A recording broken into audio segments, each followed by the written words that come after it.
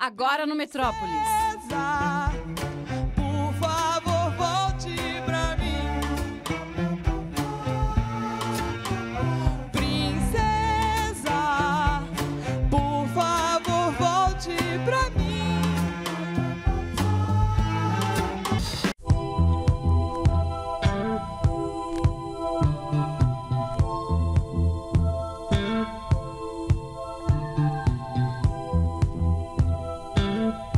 Parece que ele respira assim, que uma hora ele vai fazer, sabe, assim.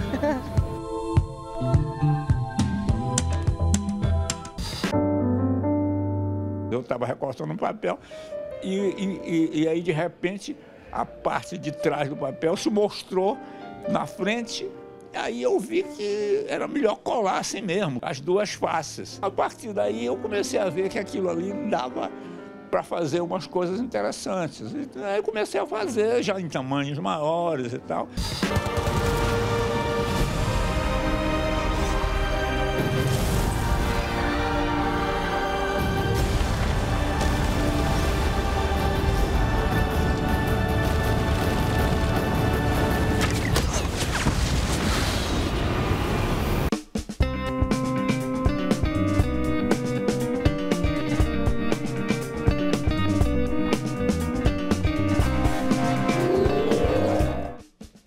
Boa noite, o Metrópolis deste domingo está no ar.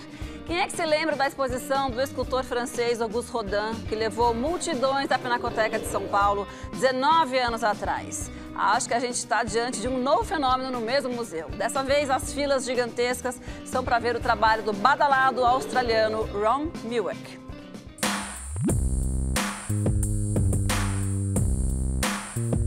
A exposição Ron Mueck estreou em Paris no ano passado, com 9 obras, 3 delas inéditas. Depois disso, rodou o mundo e finalmente chega a São Paulo.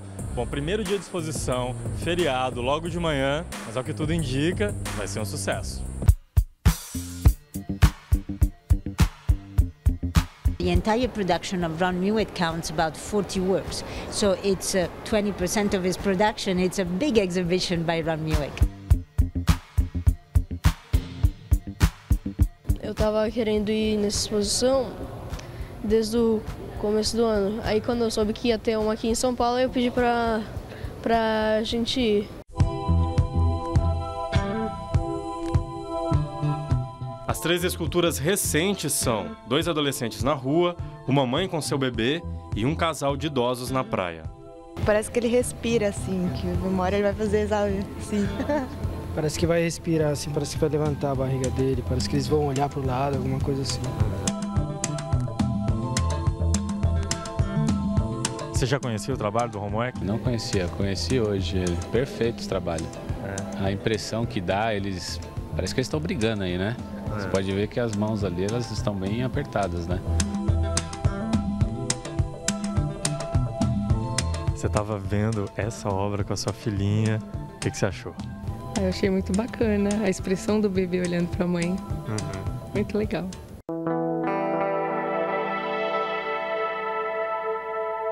Na abertura da exposição em Paris, Ron Mueck teve um convidado ilustre, o cineasta David Lynch, que imaginou histórias para cada escultura vista.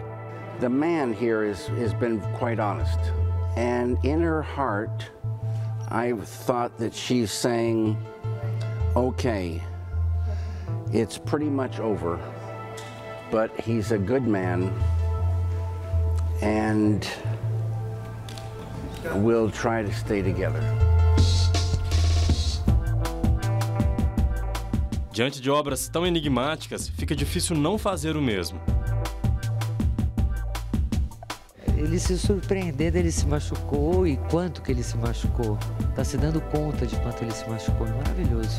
Apesar da impressão de realidade causada pelas obras de Ron Mueck, a curadora não o classifica como hiperrealista.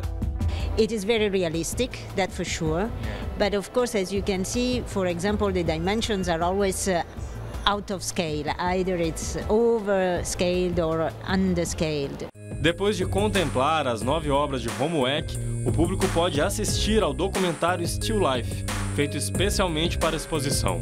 Uma oportunidade para conhecer o processo de trabalho minucioso e silencioso do artista. he told me that sometimes he wonders what the sculptures are thinking. And it's something, it's just an indication to say that somehow what it comes out of his hands, somehow it's out of his control.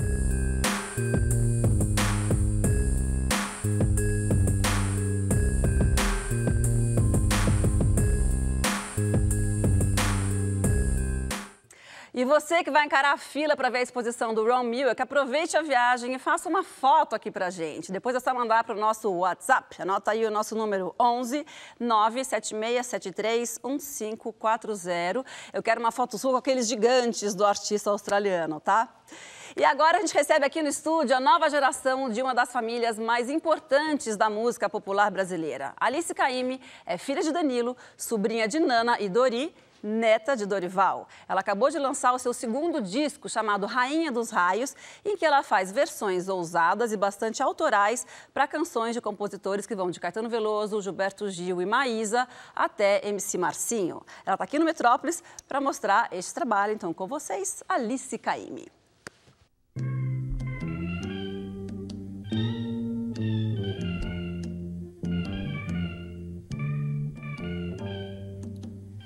Senhora das nuvens de chumbo, senhora do mundo dentro de mim, rainha dos raios, rainha dos raios, rainha dos raios, tempo bom, tempo ruim. Senhora das nuvens de junho, senhora de tudo dentro de mim, rainha dos raios, rainha dos raios, rainha dos raios, tempo bom, tempo ruim. Senhora das nuvens de chumbo, senhora de tudo dentro de mim, rainha dos raios, rainha dos raios, rainha dos raios, tempo bom, tempo ruim.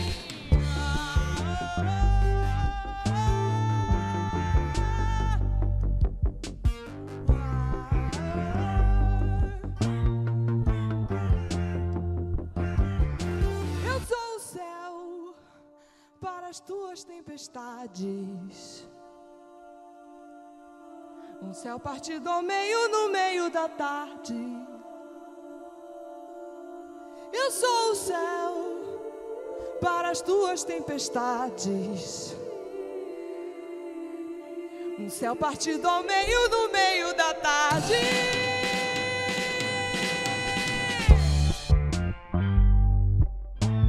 Deus apagando os relâmpagos das chuvas de todo o ano dentro de mim, rainha dos raios, rainha dos raios, rainha dos raios, tempo bom, tempo ruim.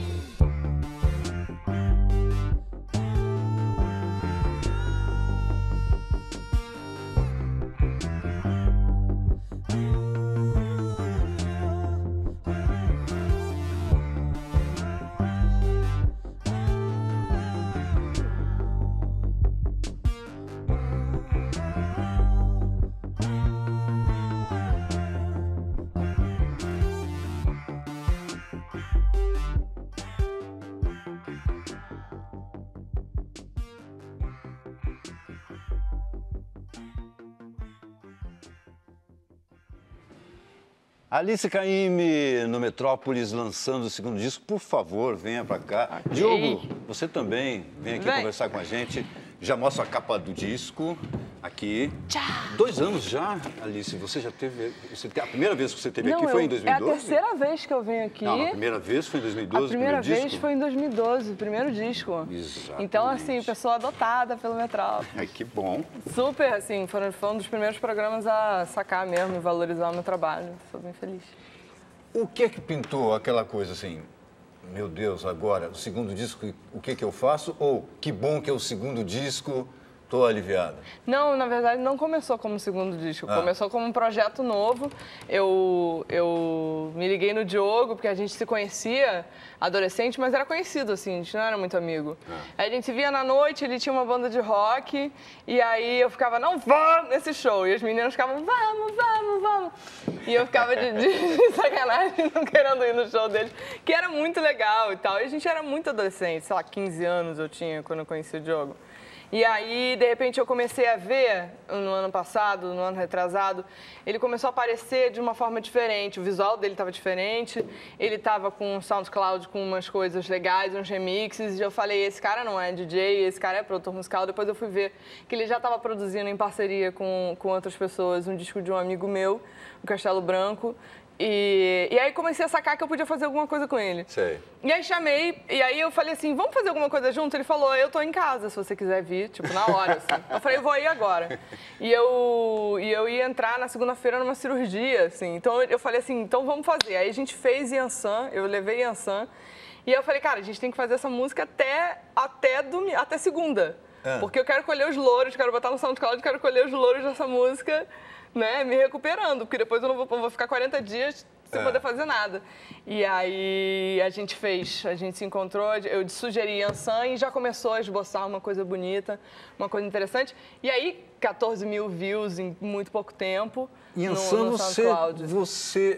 eu cheguei a ver, você gravou, você cantou no Dorivalha, é isso, Yansan? A música? Não, mas a música só entrou no Dorivalha porque eu já tinha feito o single com o Diogo. E já era uma chamada já... Olha, você já se apresentando lá. Exatamente. E aí já era uma chamada já pro segundo disco que a gente já estava esboçando. Depois do sucesso desse single, quando eu me recuperei, eu já sentei com ele para fazer a pré-produção do segundo disco. Sei. E aí o Dorivalha começou a vender muito, eu comecei a fazer muito show. Eu falei, eu não vou atropelar um projeto com o outro, vamos dar uma segurada aqui, depois a gente retoma. Aí a gente retomou com o trabalho e fez tudo muito rápido. O Diogo montou um estúdio do nada, sei lá o que ele fez. E aí a gente entrou com os músicos e ele falou, deixa comigo. Eu falei, tudo bem. Os arranjos já estavam prontos, então os músicos entraram, tocaram, o disco já estava pronto. Em 3 segundos já estava. Aí eu falei, caramba. Aí ele falou, já. Eu falei, tá bom, então vamos ver o que a gente faz com isso, entendeu? Diogo, como é que foi? A Alice já chegou com o repertório do que ela queria cantar e aí você foi... A partir disso, fazendo arranjos, como é que foi? Sim, eu acho que a gente pode dizer que a maior parte, se não todo o repertório do álbum, foram músicas que a Alice se identificava muito com elas ou que eram muito importantes para a Alice. Eu acho que, inclusive, isso é uma das coisas mais importantes nesse álbum, né? A gente se identificou. E você também se identificou. Eu acho que o grande pulo do gato dessa parada é que a gente se identificou artisticamente. Foi um encontro artístico mesmo e a gente tinha os mesmos interesses e quase que as mesmas referências. Eu trazia umas coisas novas para ele. Cara, Ennio Morricone para começar. Sei. E pop culture, tipo Tarantino. A gente tem a mesma idade, exatamente a mesma idade. Nós dois temos 24 anos. Nós dois nascemos em 1990. Tem umas estranhezas muito legais no disco, né? É a mesma infância. São os mesmos desenhos que a gente assistia. Eram as mesmas coisas que a gente via na TV. Eram as mesmas músicas que a gente ouvia. É a mesma nostalgia que a gente tem, né? É a mesma nostalgia. Então a gente foi pegando essas coisas e sem pudor. Eu acho que principalmente assim, uma coisa muito legal no Diogo é que ele se joga assim também. E às vezes eu falava, vamos fazer. Eu dou uma de mongolóide e falo, vamos. Aí ele falou assim, então vamos. Eu falei, caraca, ele acata tudo que eu digo. Por exemplo, ele acredita e fica lindo. Aí quando ficou lindo, eu falei, bom. Essa então música que você cantou agora aqui é Yansan, que é do Caetano e do Gil. Do Gil e tem um outro parceiro. E você cantou mais 2 músicas do Caetano, incluindo O Homem. Ficou muito legal. Homem ganhou o prêmio agora de melhor versão e ficou muito legal. E foi uma maluquice, porque na verdade eu cheguei no estúdio com uma ideia de fazer uma coisa. Aí ele pegou um sampler, a gente estava meio... Eu querendo trabalhar meio hiperativo, ele meio cansado. Aí eu falei, vamos, não sei o que, forcei uma barra. Aí ele fez um sampler qualquer, a gente estava ouvindo um negócio, eu falei, sampleia isso. Ele fez um sampler qualquer, e aí eu peguei o Homem, porque tinha essa batida. Aí eu fiz, não tem ideia da matéria. Aí eu falei assim, cara, vamos fazer isso. Gravei a voz. Aí quando eu volto no estúdio, tá aquilo. Tá uma coisa assim, eu falei, não tô crendo nisso. E foi virando uma coisa, umas referências de funk, que a gente curte pra caramba, os metais do funk. E a gente tem um respeito danado por isso, a gente, sabe, vê essas coisas com outro olhar. Você conhecia já a música Rebelde, que foi um sucesso dos anos 70, com a Lilian, da dupla Eu vou falar, ele é filho do Leno. Você tá brincando? Sério? É sério? Eu tive que falar. É sério isso? É sério isso. Que legal, cara. Sou fã do seu pai. Pô, que bom. Eu soube depois de começar a trabalhar com ele. Eu soube depois. É claro que você conhecia Rebelde. Sim. Claro. Era um hino, todo mundo cantava nos anos 70. Eu tava doido pra estragar aquela música. Essa ideia do disco é justamente isso, entendeu? É estragar as coisas, é não respeitar as coisas. É isso, louco. Muito legal, cara. E agora vocês vão cantar funk? Que vocês vão tocar? Agora é uma releitura do MC Marcinho, que a original é hilária. Todo mundo fala, pô, tem gente que conhece a versão pela minha, fala, pô, depois eu fui ouvir o MC Marcinho, diferentaço, né? Eu falei, cara, funk, melody, anos 90, recurso zero, era outro negócio. E vamos convidar as pessoas, então, para ver esse show nos dias 11 e 12 de dezembro, aqui em São Paulo. No Teatro Itália. No Teatro Itália, todo mundo lá, 9 horas da noite, para ver todo esse estrago, bom estrago, que a Alice intencionalmente fez na questão musical, junto com...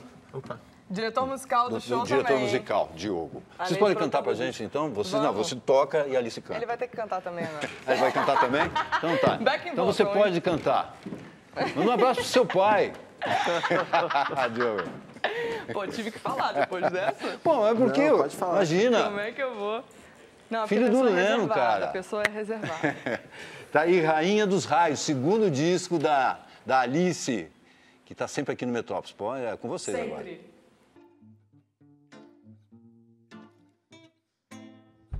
Desde quando você se foi, que dói demais dentro do meu coração. Às vezes penso em te esquecer, mas eu acho que isso não é a solução. A solução é você voltar e nós dois juntos nos amar. Então eu acho que não tem ninguém que te ame assim, princesa. Por favor, volte pra mim. Eu te amo, princesa. Por favor, volte pra mim. Eu te amo, meu amor. Desde quando você se foi, que dói demais dentro do meu coração. Às vezes penso em te esquecer, mas eu acho que isso não é a solução.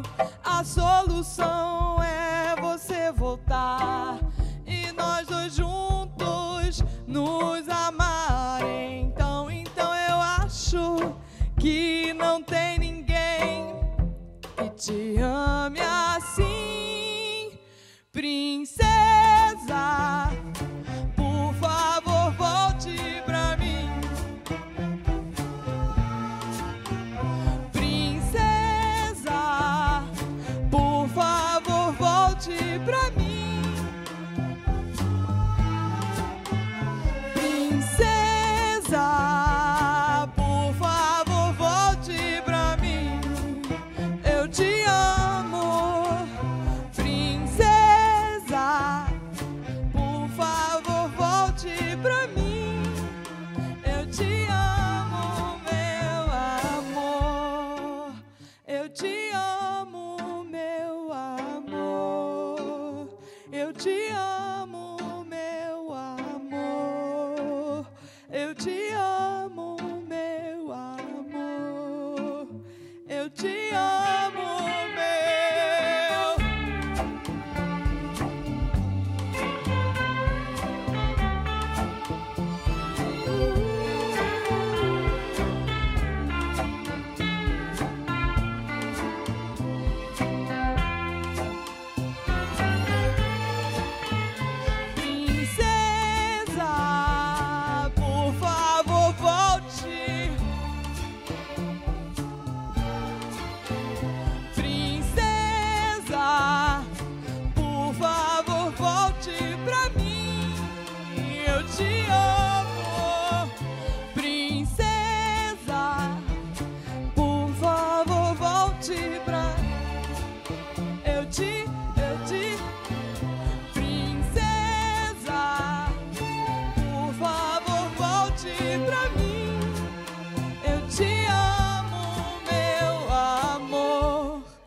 Eu te amo, meu amor. No próximo bloco tem debate aqui no nosso estúdio. Mais um blockbuster hollywoodiano ocupa quase metade das salas de cinema do Brasil. Diante dessa ocupação maciça e predatória, o que acontece com o cinema nacional? Tem uma exposição com as obras de colagem do poeta Ferreira Goulart e uma mostra do fotógrafo Thomas Farkas. Daqui a pouquinho, você não sai daí.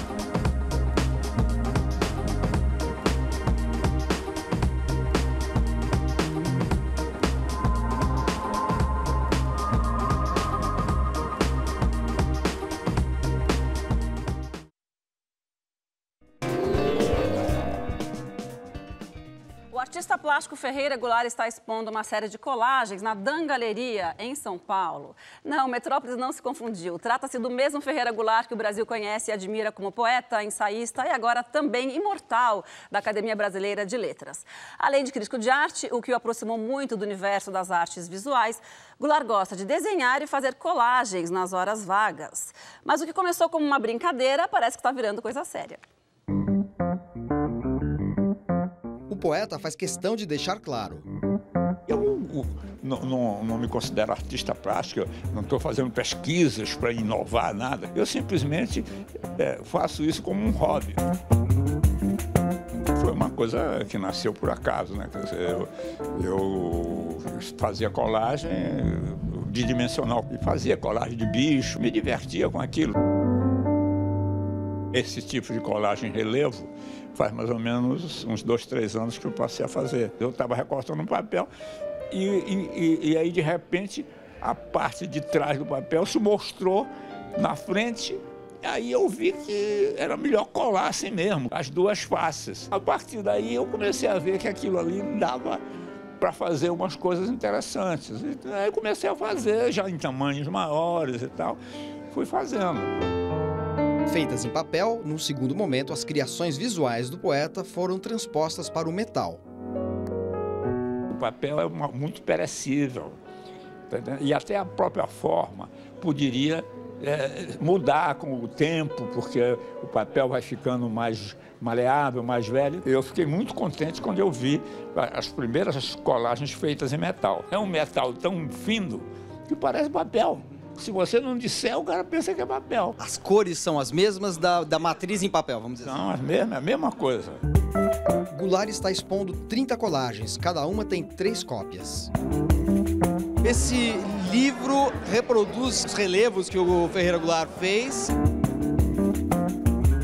A cada página que você vai abrindo, você vai encontrando exatamente esses desdobramentos. E entremeados a esses desdobramentos, alguns poemas do Goulart que exatamente tocam, roçam, tangenciam essa realidade assim alquímica, né? Todo poema é feito de ar apenas. A mão do poeta não rasga a madeira, não fere o metal. Então há uma correlação evidente ou não evidente entre a poética e a obra poética que se plasma na cor e no espaço. O livro, a caixa e a obra, que foi transposta do papel para o metal e o alumínio, fazem parte de um conjunto só.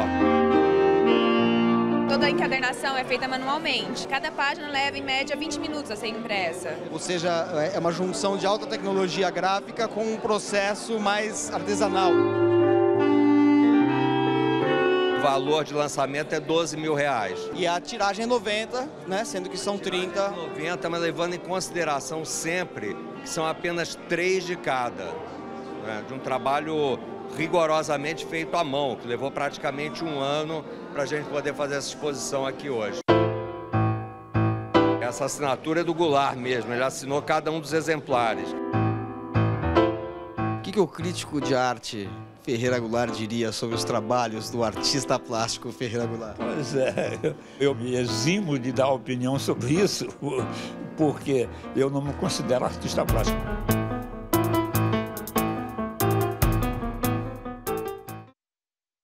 Nesse final de semana, uma produção norte-americana tomou conta dos cinemas brasileiros. Jogos Vorazes, A Esperança, parte 1, está em cartaz em 1.310 salas do Brasil. Isso representa 46% do total de salas do país, ou seja, quase a metade. Essa invasão não é uma novidade, porque outros blockbusters costumam dominar os cinemas e bloquear a exibição de produções brasileiras que sofrem em disputas com os exibidores por espaço. Bom, para falar sobre esse assunto, a gente recebe aqui hoje o crítico de cinema Christian Petermann e o realizador Francisco César Filho. Muito obrigada por terem vindo aqui no nosso Estúdios Metrópolis debater esse assunto que é tão precioso, espinhoso, mas ele é muito necessário, eu acho, para a gente falar, enfim, sobretudo para os realizadores brasileiros e para o público brasileiro que perde quando você tem, enfim, uma invasão esmagadora como essa dos Jogos Vorazes. Então, primeiro que a gente queria que a gente explicasse, enfim, que a gente conversasse um pouco sobre isso, assim, por que é tão ruim quando você tem as salas de cinemas dominadas por um único título, ou por 2 títulos, às vezes, assim, né? Cinema é uma fruição cultural.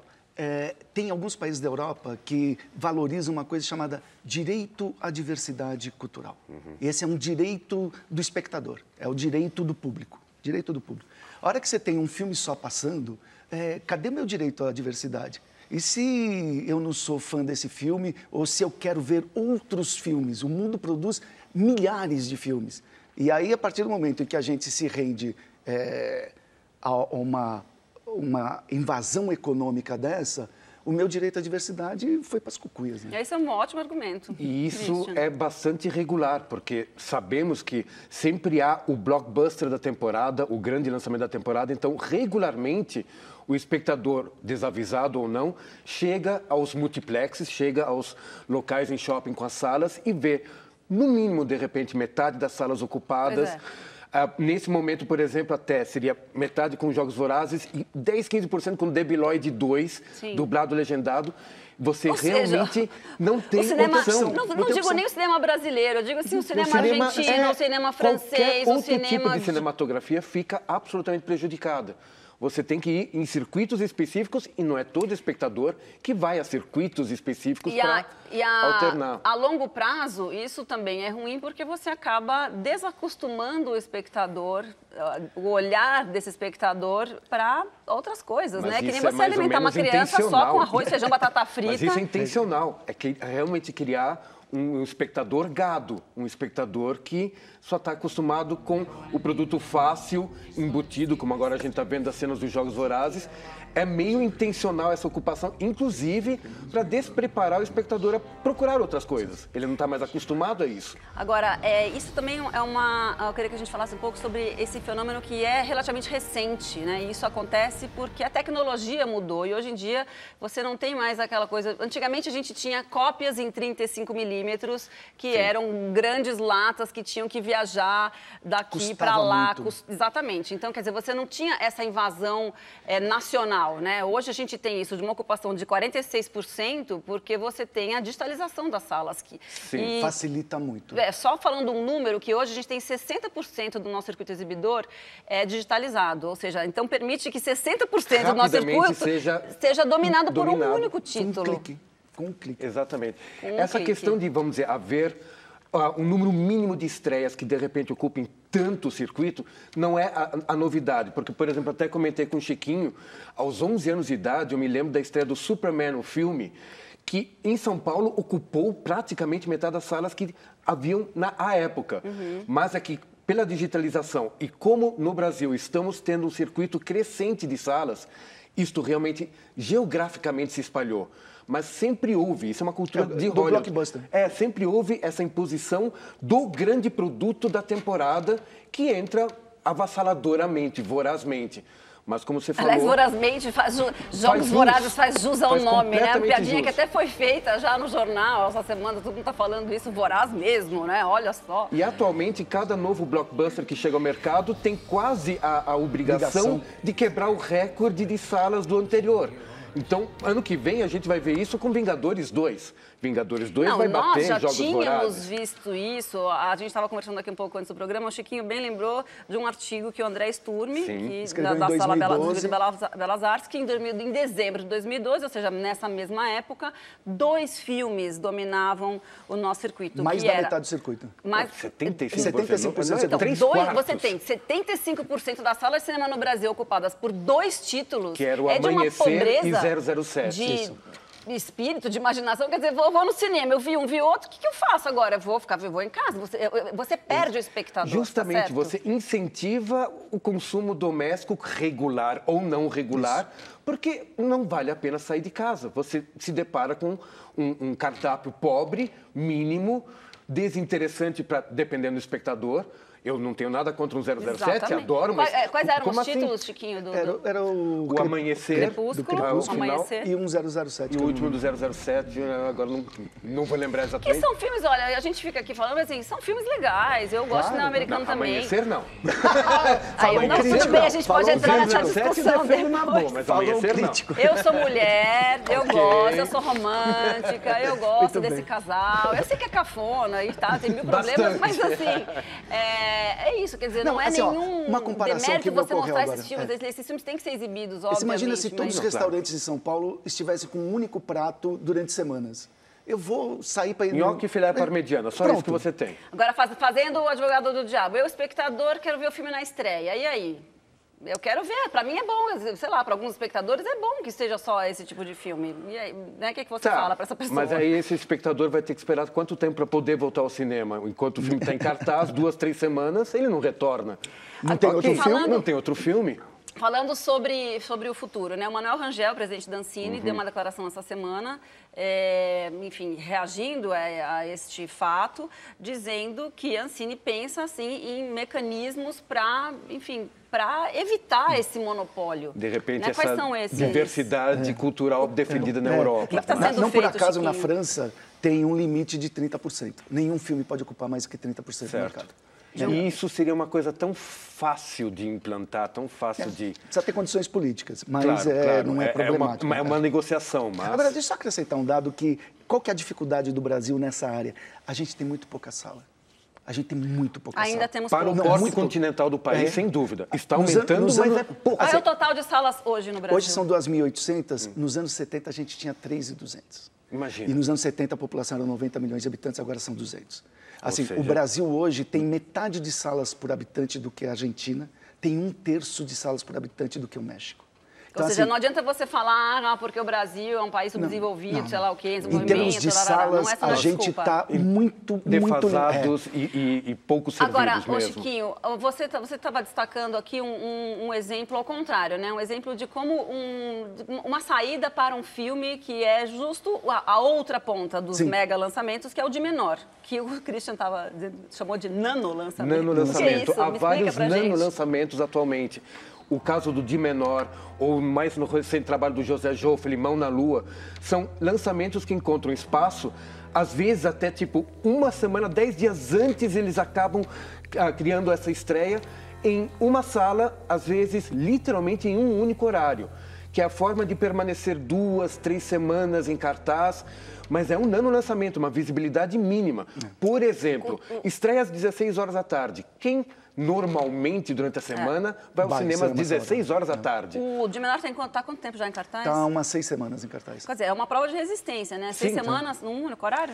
Numa sala pequena, num único horário, atualmente. Ou seja, bem... É a forma que você consegue visibilidade atualmente. Claro. Agora, Chiquinho, o seu filme Augusta, seu longa-metragem de ficção, como é já que é? Gera essa reação, quando é que a gente Agora vai ver é um exemplo pior ainda, cinemas? porque o filme está pronto desde 2012 e eu não lancei. Né? Diante desse quadro, para lançar o filme, eu teria que fazer o que os lançamentos fazem, ou seja, trabalhar feito um cão, botar um dinheiro do bolso, que não é pouco, que eu não tenho, e o filme seria visto por 2, 3, talvez 5 mil pessoas. Quando muito. Quando muito. Aí eu falei, cara, fazendo as contas, não vale a pena. E aí eu não tenho muita vocação para sacrifício. Eu falei, cara, se um dia pintar uma oportunidade de uma sala, falar, vamos fazer, eu faço. Talvez em 2015 isso role. Você está vendo eu não desisti, mas eu não quero me sacrificar e perder dinheiro para 2, 3 mil. Pouco retorno, para pouca visibilidade. Mas então qual seria o destino do filme? Como é que não, a gente consegue ele está nesses negócios on demand, ele está em canais a cabo, ele agora vai para o canal aberto. Ele tem está circulando nesse sentido. E um monte de gente está vendo, sem milhões de pessoas. Projeção, mas você tem a vontade de botá-lo numa sala Lógico, de cinema porque escura, um filme de cinema, grande. Se ele não estreia numa sala, ele não tem prestígio nenhum. Ele ficar passando nos canais a cabo, ninguém fica sabendo. Exatamente. Né? O prestígio, por que o registro da estreia. Por que é longas americanos que a perspectiva de faturamento é maior nas outras mídias do que na sala? Por que lança em sala? Porque é a sala que dá visibilidade. Exatamente. Pelo amor de Deus, eu como público, eu gosto de ver filme no cinema. Eu canso de falar aqui no Metrópolis, quando tem mostra, exibição especial de filmes clássicos, em película ainda, eu falo, vá assistir. Vá, por favor. Nossa, cópia restaurada, o filme foi feito 35 milímetros, assim, na sala escura. Vou te contar mais. O Augustas foi captado em película e as 2 únicas cópias que existem são em 35. Ah, meu Deus. Então vamos guardar, hein, Chiquinho? Vamos guardar. Eu quero um nano-lançamento. Vai ter, né? Desde que eu não me sacrifique muito. Gente, obrigada por terem vindo aqui falar sobre esse assunto, que é muito caro para nós. Obrigada mesmo. E agora a gente fala de fotografia, obras consagradas e algumas inéditas de um dos principais nomes dessa arte no Brasil. Elas estão na exposição Memórias Descobertas. A mostra abrange 3 fases da carreira de Thomas Farkas, incluindo uma, até então pouco conhecida, uma série em cores. Memórias e Descobertas reúne que séries, que período da obra do Thomas Farkas? Olha, a gente está trabalhando mais ou menos com uma coisa que são as imagens mais famosas, mais conhecidas dele, que são as imagens feitas durante o período do Fotocine Clube Bandeirante, que é a década de 40. Depois tem o período de Brasília, que ele fotografou intensamente, então é de 57 a 60. Depois tem o material colorido, que ele já fez ao longo das filmagens, dos documentários, que isso é fim da década de 60, começo da década de 70.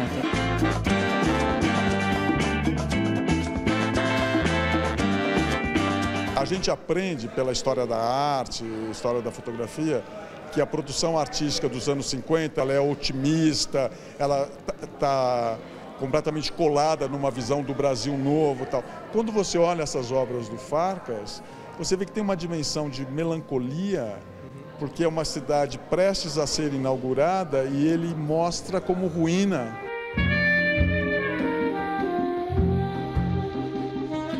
O que passa do trabalho dele é uma imensa sabedoria visual. Isso em qualquer obra dele, eu acho. Tem uma sabedoria, uma maestria assim da escolha, do ponto de vista que é impressionante, né? De onde capturar aquela imagem, como cortar, enquadramento. Eu diria que é um mestre e perfeito nas suas escolhas. A produção colorida dele é uma parcela menos conhecida da obra do Thomas Farkas, né? Porque essa tradição da imagem única, da fotografia moderna, que era gráfica, luz e sombra, linhas retas, padrões, ela é basicamente branco e preto e o Thomas foi um mestre nisso. Pelo fato mesmo da família lidar com fotografia e ter laboratório, ele sempre fez colorido também, mas foi menos reconhecido, menos divulgado, menos premiado.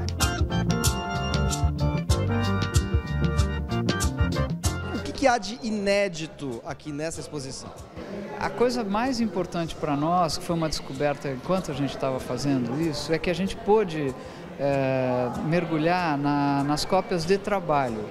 Antes do fotógrafo fazer uma ampliação definitiva, ele faz umas cópias pequenas e o Thomas fazia sistematicamente isso. Nessas cópias pequenas, ele marca a caneta ou a lápis como ele vai fazer o recorte, que tamanho ele vai ampliar. Quando nós olhamos isso, por exemplo, nós descobrimos que a série de balé que está exposta aqui não era uma busca de uma imagem única. E aí a gente se deu conta que ele trabalhou ensaísticamente, não só em busca de imagens únicas. Que, como não poderia deixar de ser, o projeto gráfico do livro que acompanha a exposição é seu, né? O que vocês descobriram de coisas inéditas que estão aí dentro? Na verdade, a gente reeditou uma coisa que, apesar de ter sido publicada, era quase inédita, que é uma entrevista do Thomas, que é muito autoexplicativa. E a gente contou com o apoio do Rubens Fernandes, que nos brindou com essa capa da revista Iris, que a gente não conhecia. A gente não conhecia o Thomas ensaísta, a gente conhecia o Thomas fotógrafo. Então isso aqui é uma surpresa, que além de ter as fotos, tem textos dele que a gente não conhecia, que a gente fez questão de publicar facsimilar para que as pessoas pudessem ler.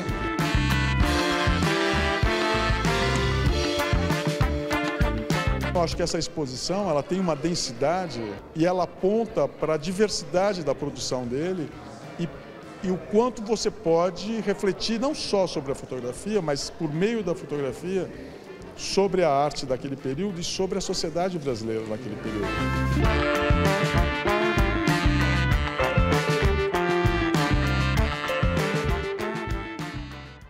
No próximo bloco, o diretor Francisco César Filho e o crítico de cinema Christian Petermann voltam ao nosso estúdio para participar da nossa tradição dominical, as dicas culturais. A gente volta já já.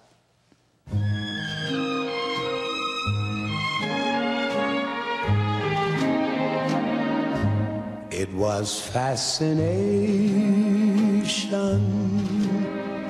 I know, and it might have ended right then at the start.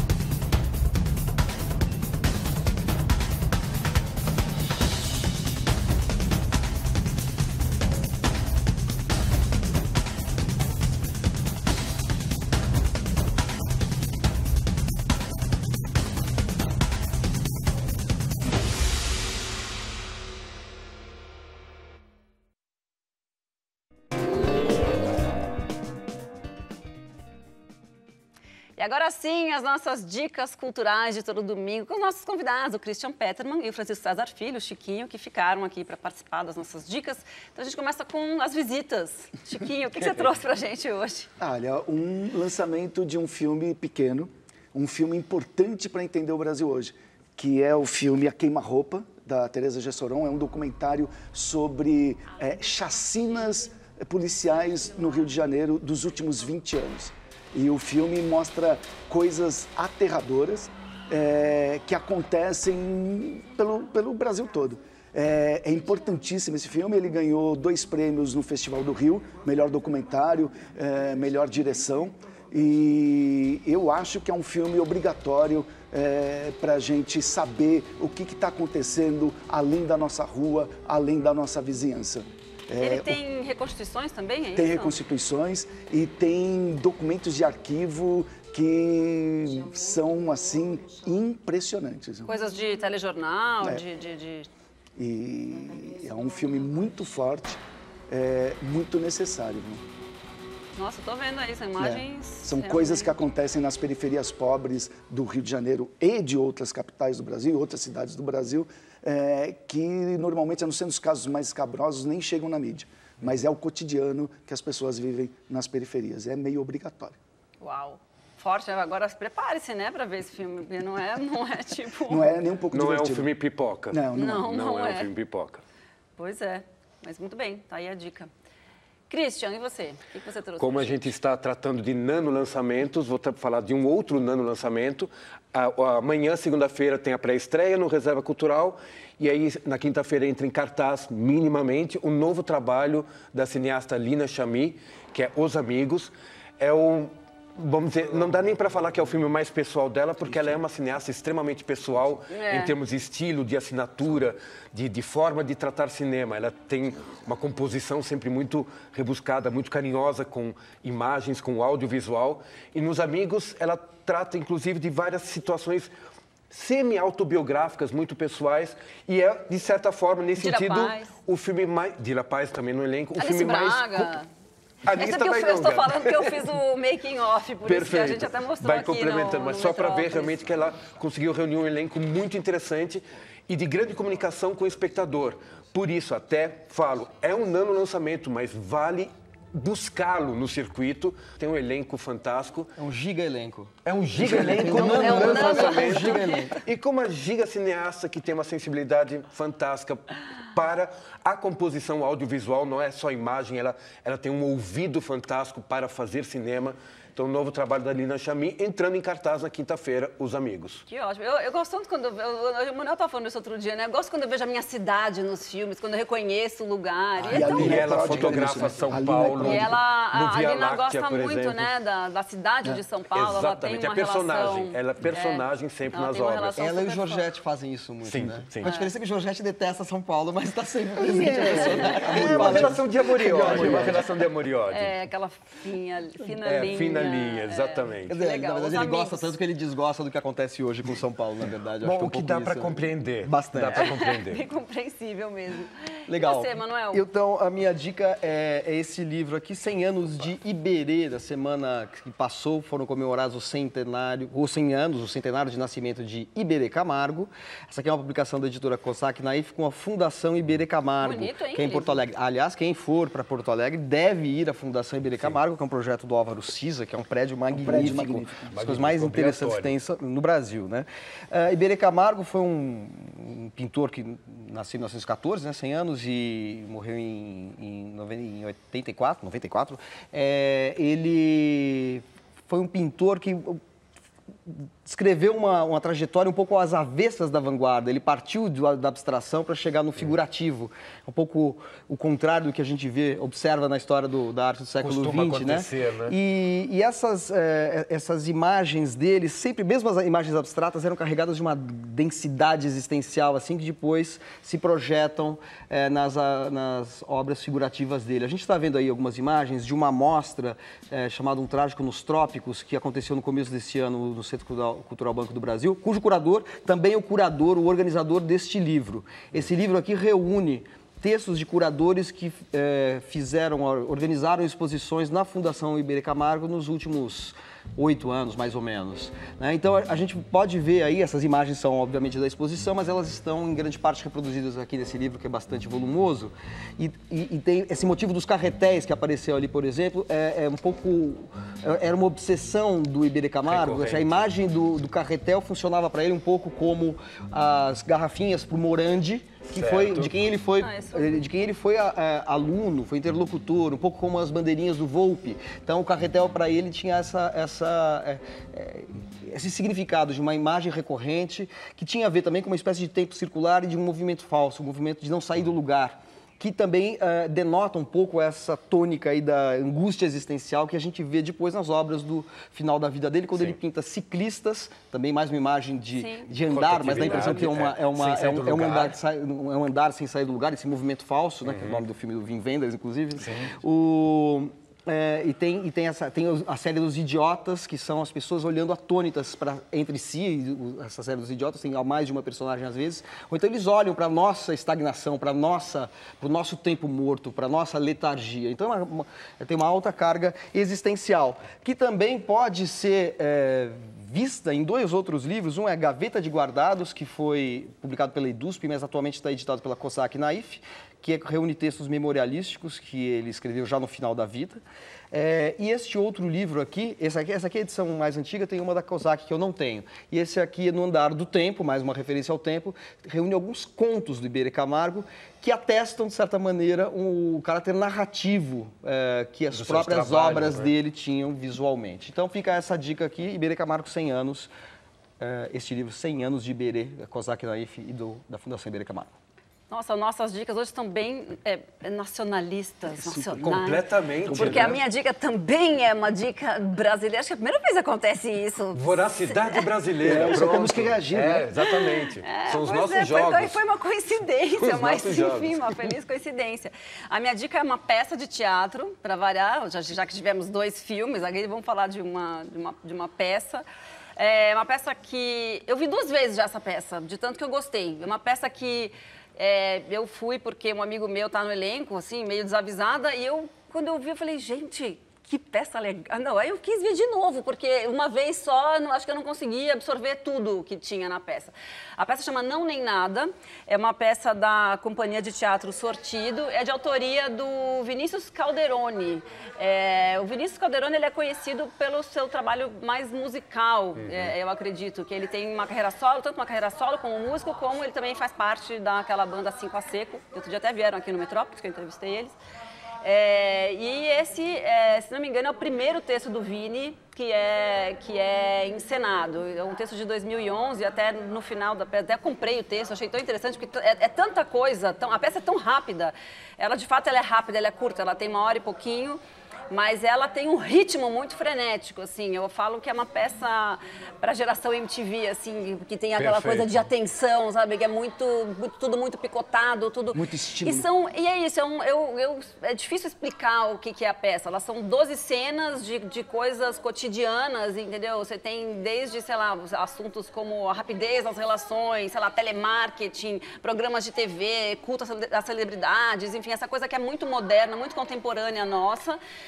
Mas é colocada de um jeito super original, assim, são 4 atores, esse palco que é tipo uma espécie de um tabuleiro que eles mexem pra cima e pra baixo, e tiram a tampa e se movimentam e entram e saem, ó, tá vendo? E fazem, enfim, eles têm essa encenação, assim, que é bem interessante, assim, uma coisa que eu... É isso, a peça passa muito rápido e você fala, nossa, acho que eu não consegui absorver tudo e talvez a ideia nem seja essa, assim, mas eu tive vontade de entrar um pouquinho mais, assim, nessa... E entrar no cenário também.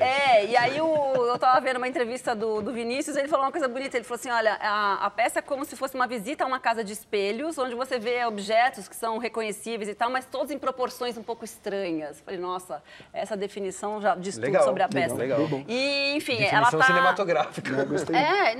É muito legal mesmo a peça, tanto que eu fui 2 vezes e iria até uma outra de repente. Mas, então, fica em cartaz até o dia 30 de novembro, nesse Núcleo Experimental Barra Funda, só sábado e domingo. E tem que aproveitar porque está acabando. O próximo fim de semana é o último, semana é o último, e é só sábado e domingo, então corram, só tem 50 lugares, aquele teatro gostosinho que, sabe? Ou seja, tipo, reservem, né? Já garanta, acho que dá para comprar pela internet, muito legal a peça, olha, recomendo. E, gente, então obrigada por terem mais uma participado aqui das nossas dicas. Beleza. E a gente vai encerrar o programa de hoje com mais uma canção da Alice Caymmi. Ela acabou de lançar um disco novo chamado Rainha dos Raios. A gente vai ouvir agora Meu Recado, que é uma música de autoria dela, em parceria com o Michael Sullivan, que foi autor de grandes sucessos dos anos 70 e 80. E o Metrópolis então fica por aqui. Boa noite. Até. Faz tanto tempo sem você, mas não me resta o que fazer. Você já foi embora. Lembrar daquilo que falei, eu te confesso que errei. Você me deu um fora e eu tentei me proteger de tudo que você falou, pra que eu não sofresse. Não é difícil desfazer todas as coisas que eu fiz, e o meu recado é esse: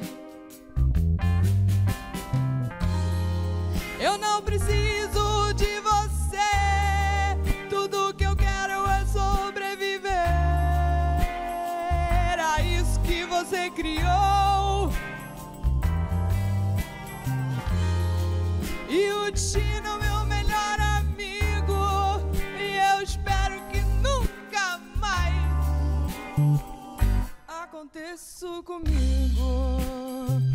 Nunca mais aconteça comigo.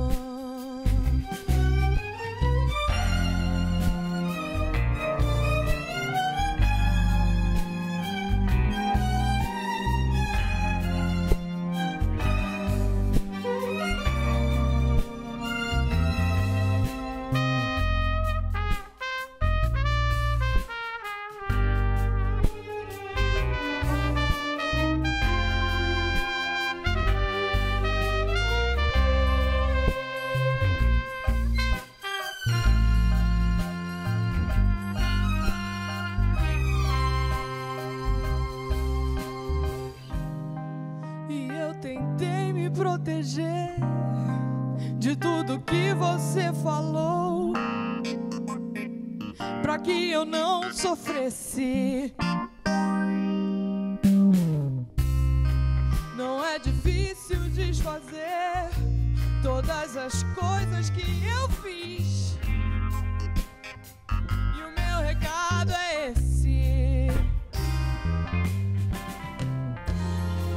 eu não preciso de você, tudo que eu quero é sobreviver a isso que você criou. E o destino, meu melhor amigo, e eu espero que nunca mais aconteça comigo. Nunca mais aconteça comigo. Nunca mais aconteça comigo. Nunca mais aconteça comigo.